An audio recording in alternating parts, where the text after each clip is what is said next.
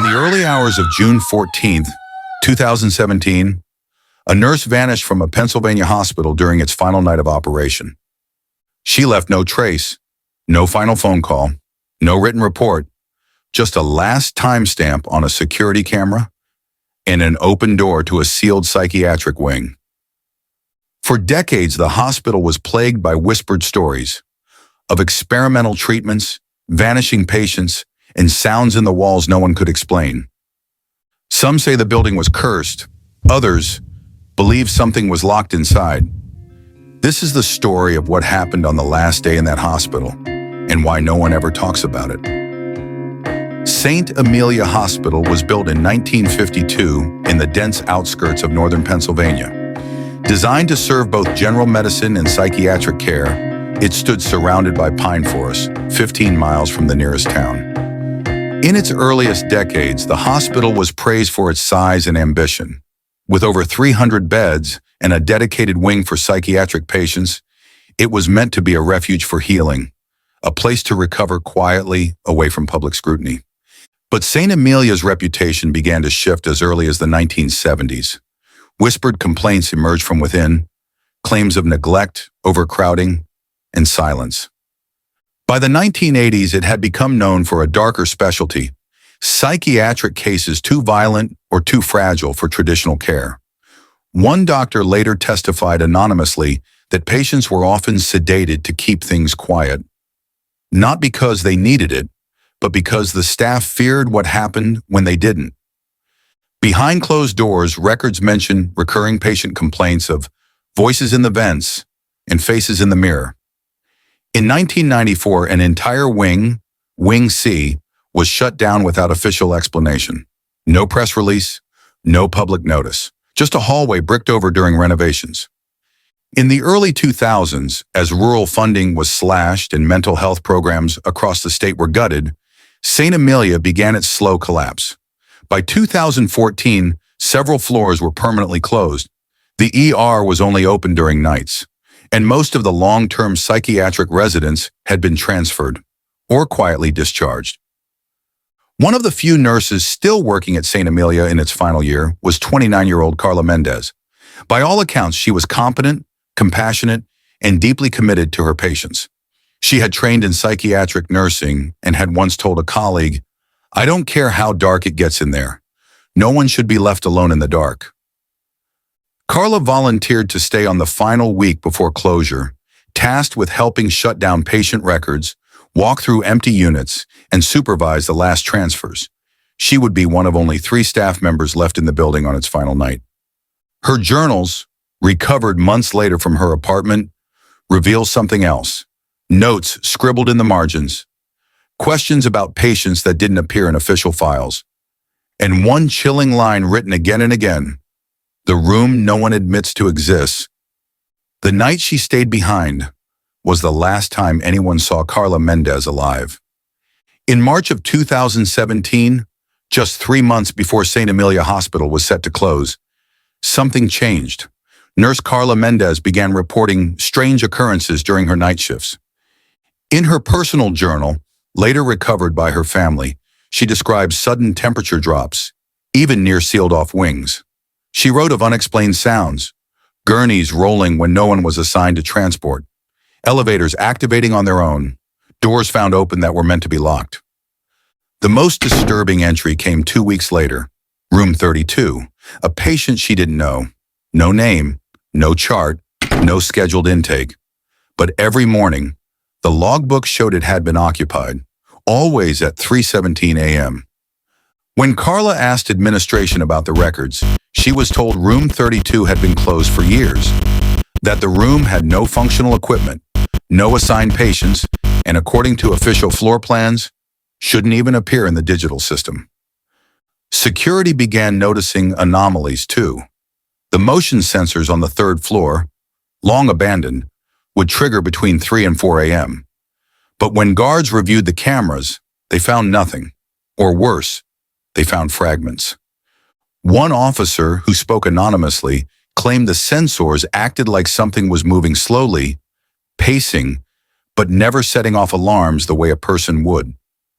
Carla, increasingly disturbed by these events, began recording voice memos on her phone. She made over a dozen in the final weeks before her disappearance. Some were reflections.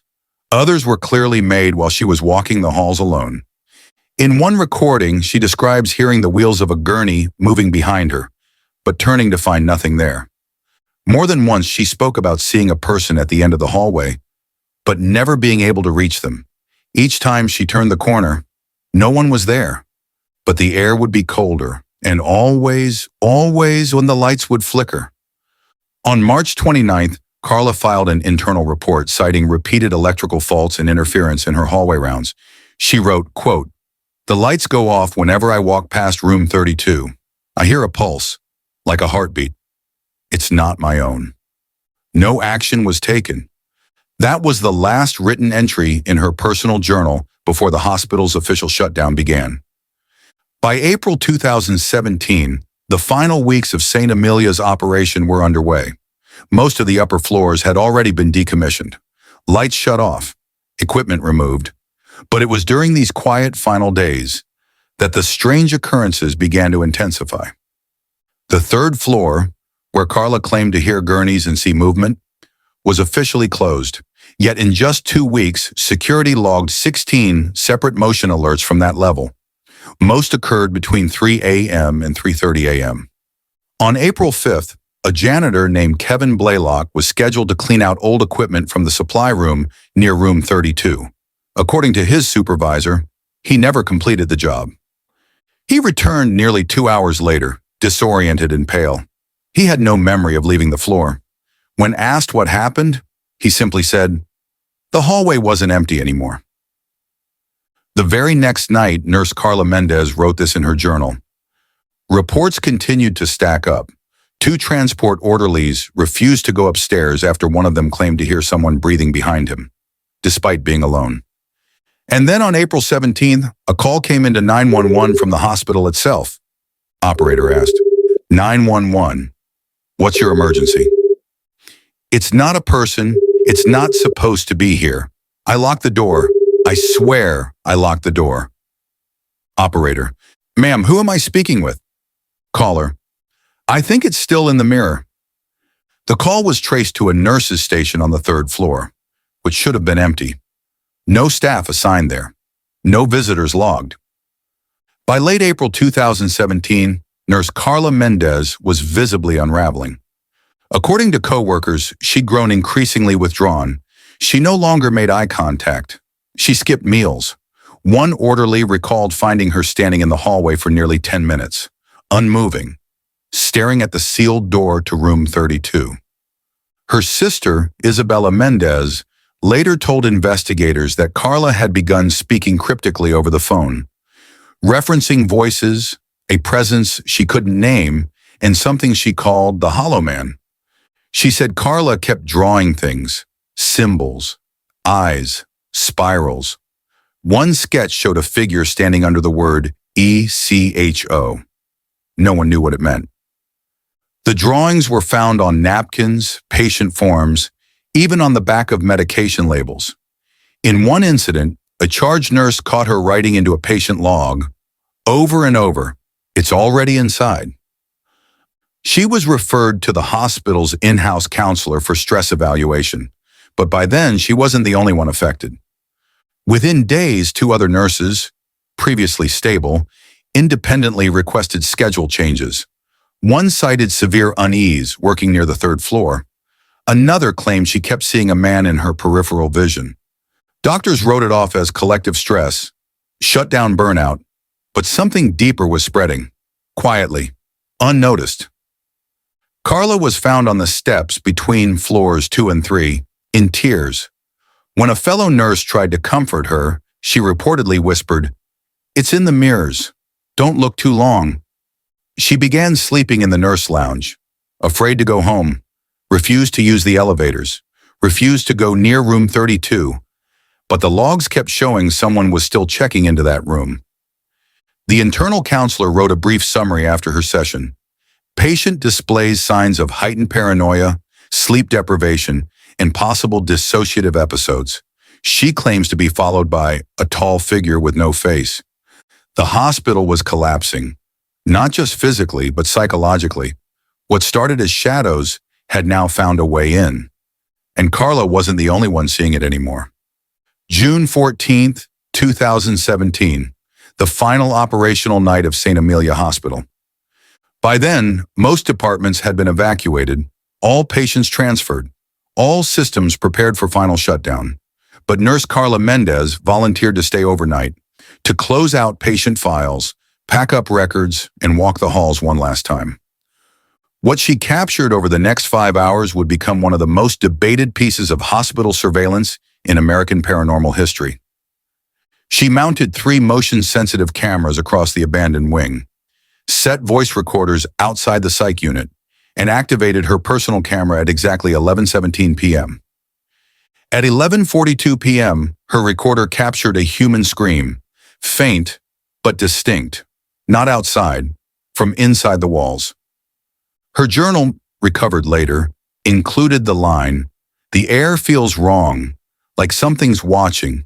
Even the silence is loud."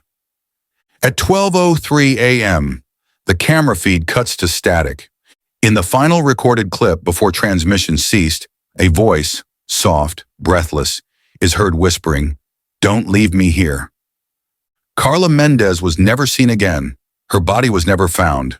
The building was sealed just hours later. 2 years later, an independent journalist, Michael Kerner, reopened the case.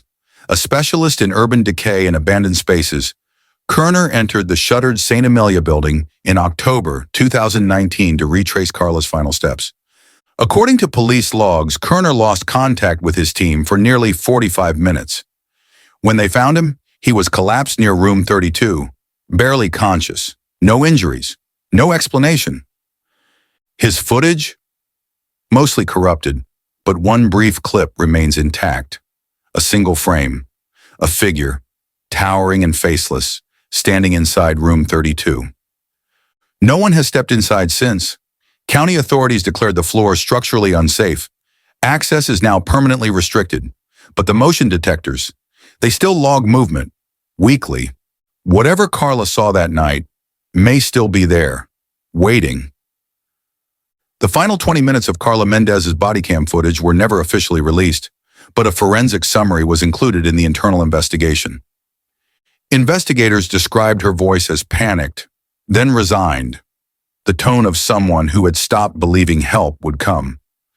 The infrared lens captures a movement, barely visible, above her, behind her, a humanoid shape, crawling across the upper wall, just out of frame. No footsteps, no sound, just movement in the dark. Her breathing becomes frantic. The mic picks up a deep, rhythmic pulse, like distant machinery or a second heartbeat. Her final words have been repeated across countless forums and cold case files. "It never died, we just kept it sedated. I was the last nurse. Now it needs another." After that, there was silence, no movement, no breathing, no exit. When search teams arrived the next morning, they found no trace of her. No blood, no clothing, no equipment, only the body cam, resting upright in the middle of room 32, still recording. Forensic analysts found no signs of tampering, yet the audio file was corrupted, overwritten, as if something had recorded over the last 60 seconds in frequencies not made by human speech. No evidence was enough to build a case. The report was closed, the file marked, "Unexplained disappearance, presumed voluntary abandonment." Carla Mendez was never declared dead, but she was never seen again. Her sister held a memorial 1 year later. No remains, no closure. To this day, no staff or law enforcement have been granted access to the sealed third floor. But reports continue to surface. Motion sensors triggered, lights seen through blackened windows, sounds from the inside. Whatever was left in that hospital didn't die in 2017, and some believe it still waits for someone to come back. The official search began at sunrise, June 15, 2017, 12 hours after nurse Carla Mendez's last known transmission. No signs of struggle, no blood, no broken equipment, Nothing except a clipboard. Investigators found no fingerprints on the clipboard, not even Carla's. The page was logged, filed, and eventually lost in storage. By June 20th, St. Emilia Hospital was sealed under emergency order. The county declared the building unsafe due to structural risk. No official inquiry into Carla Mendez's disappearance was made public. The government denied any paranormal findings. No abnormal readings, no toxic exposure. The case was marked unresolved missing person. But not everyone moved on. Former patients, nurses, even residents who lived 2 blocks away reported something else. Every few months, someone calls the local station, reports of lights flickering on the 3rd floor, figures moving through boarded windows. No power has been connected to the hospital since 2018. The county has since fenced off the property. Access is now prohibited under penalty of trespassing, but rumors persist of voices heard when passing the north wing. Carla Mendez's family held a vigil 1 year later. Her sister left a single note at the locked gate. 4 words, written in permanent marker. No one knows what she meant.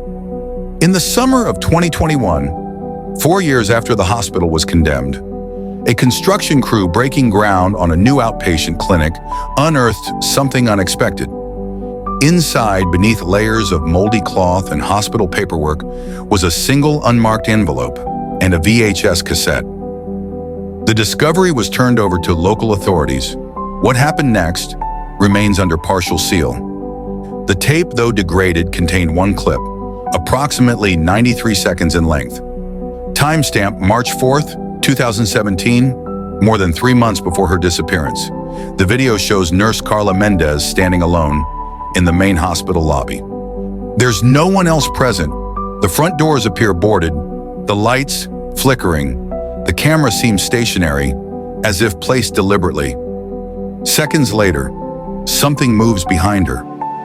No face, no arm, just the hand, still, unnatural. Then, total static.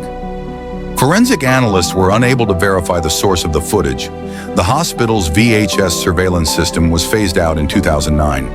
No existing records placed Carla in the lobby at that time. No fingerprints, no clues, and the original tape was lost in transit before federal review. To this day, no patient file ever existed under the name referenced in Carla's original logs. Room 32's chart was blank in every year of hospital operation. And yet, every few years, someone reports the same thing. Not the building, the patient.